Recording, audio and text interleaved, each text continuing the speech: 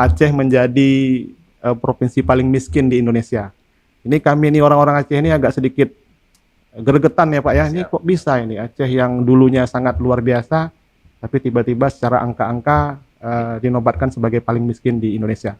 Jangan terlalu lompat di angka terkini, tetapi juga kita harus melihat progres. Ya. Kenapa? Karena pada saat kita bicara proses pembangunan itu proses jangka panjang. Jadi kalau Abuya dan host tadi melihat data-data statistik, ya mundur ke belakang, katakan di tahun 2018 tingkat kemiskinan Aceh itu hampir 16%. 16%.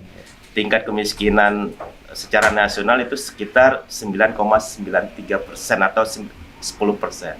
Jadi artinya kalau kita lihat progres, Aceh luar biasa sebenarnya dari sisi progres. Jadi kalau bahasa sehari-hari, startnya beda begitu.